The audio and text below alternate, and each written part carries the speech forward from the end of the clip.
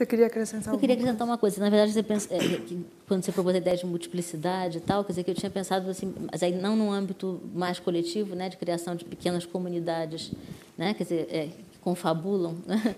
Eu acho que eu estou pensando assim, no âmbito mesmo de obras individuais, quer dizer, em que, na verdade, a própria noção de produção, né, quer dizer, de obra, se transforma num múltiplo, né, quer dizer, não exatamente numa multiplicidade, mas essas próprias obras se convertem em múltiplos. Quer dizer, uma coisa que eu acho que é muito, que de certa forma me parece ser um dos focos, né, quer dizer, que iluminam esse seu seminário, quer dizer, que é o Poesia Risco do Augusto Campos. Quer dizer, eu acho que, de certo modo, quer dizer, eu acho que a gente assiste, né, nas últimas décadas, né, ao Augusto Campos, na verdade, destruindo, né, quer dizer, a própria obra, quer dizer, em múltiplos dela, e que não são mais ela, quer dizer, cada um é uma coisa diferente da outra, então, que, no fundo, quer dizer, quer dizer, são modos, né, quer dizer, de ativar uma diferenciação interna na própria obra, né, quer dizer, de tornar dinâmico aquilo que poderia ser uma obra já coesa, né, quer dizer, seja pelo usos específicos da voz, da apresentação, né, quer dizer, então, no fundo, quer dizer, multiplicam-se modos de manifestação dessa obra, né, quer dizer, que se torna ela mesma uma espécie de múltiplo, né?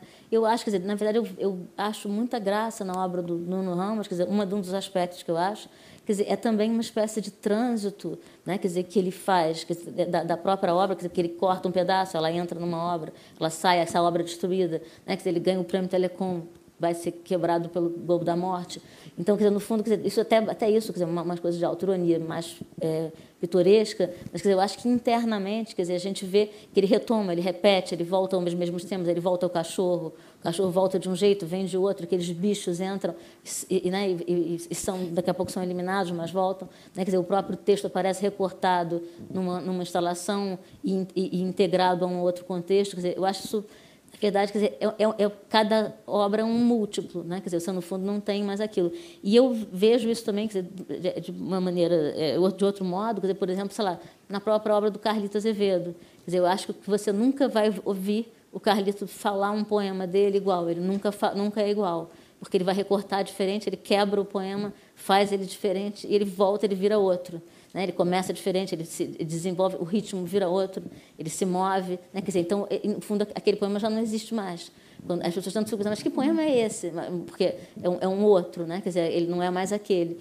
E eu acho que assim, isso, no fundo, quer dizer, eu acho que acaba que em âmbitos, às vezes, de obras singulares também, quer dizer, também é possível, desmontando a ideia de estilo, né, de certa maneira, quer dizer, porque isso é o contrário, no fundo, do estilo, né, quer dizer, em que você lê aquela pessoa pela sua vírgula, né, quer dizer, que é um absurdo, né, quer dizer, que no fundo você vê, sei lá, a Emily Dickinson, sim, o travessão, sim, mas o travessão são vários, o travessão tem muitos sentidos, ele não, e no fundo isso é uma obra que ativa a sua própria possibilidade de diferenciação interna, né? Eu acho, aí voltando à questão da crítica, quer dizer, eu acho que em primeiro lugar, quer dizer, evidentemente, quer dizer, tem um âmbito da crítica que não precisa falar de nenhum objeto específico, né? Quer dizer, a crítica não é o cachorrinho que vai dizer para você é bacana, fulano, né? Quer dizer, isso não existe, né? Então a pessoa compra um que vai ficar latindo e babando para você a todo momento, né? Quer dizer, enfim, a Gertrude Stein tem graça porque ela sabia disso, né? Quer dizer, que se você aceita ser reconhecido, você é um cretino, né? Um estúpido, nunca será não vai ter graça nenhuma, né? Se você aceitou o cachorrinho babão, você é um babão imbecil também. Mas eu acho que aí nesse caso, quer dizer, eu acho que também teria, quer dizer, a possibilidade de você pensar na crítica primeiro como uma área que também tem que se diferenciar mais, tem que ter questões distintas. Eu acho que o texto da crítica, quer dizer, você tem esse texto belo, em geral, as pessoas elogiam alguns dos piores críticos do mundo, né? Uma porcariada de pessoa fazendo graçolas retóricas de 300 anos atrás, que é um negócio assim, pô, sabe, que é isso? Quem vai ler isso vomita, né? Quer dizer, ninguém quer ler aquilo, né? Aquela coisa estilosinha e tal. No fundo, quer dizer, tem uma certa coisa dura que eu acho que também é importante, quer dizer, que a crítica não ceda, também que ela resista internamente ao seu texto ser tão palatável assim que ela é a baba do cachorro do sujeito, né? Quer dizer, eu acho que até do ponto de vista das artes visuais isso é um problema que eu acho que se constitui, na minha opinião. Quer dizer, muitas vezes a gente lê os textos, são textos só descritivos. Eu adoro descrição, mas às vezes eles são apenas descritivos, eles não têm mais apreensão de estrutura da obra.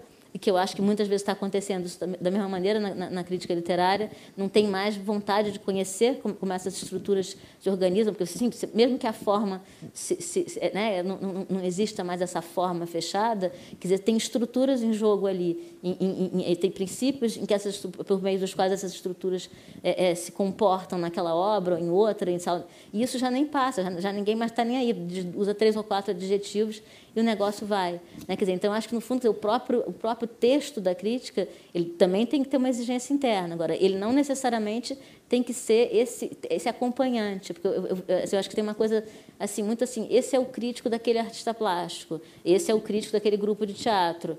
Então, fica aquela pessoa, é uma espécie de relações públicas quase daquele grupo, e, no fundo, a fala daquela pessoa já é uma fala morta, porque você é o release ambulante daqueles sujeitos, né? Então, isso é muito esquisito também. Quer dizer, eu acho que é uma coisa muito... Mas aí, no fundo, quer dizer, assim como eu acho que tem essas obras que trabalham como múltiplos, né? Quer dizer, então tem esses princípios de diferenciação e de resistência, né? Quer dizer, a própria forma anterior que foi adotada, mas eu acho que, na verdade, quer dizer, também o texto da crítica deve ser também, quer dizer, capaz de ativar, né? Quer dizer, de um pouco de recortar mesmo nas obras, às vezes, pequenos lugares, né? Quer dizer, em que se ativam princípios de diferenciação, em que se ativam modos de resistência, às vezes, num pedaço da obra. Tem um único pedaço, já é alguma coisa. Às vezes, um pedacinho bom é um estouro. Se cada um de nós escrevesse um pedacinho bom, já era uma literatura bem bacana. Quer dizer, enfim,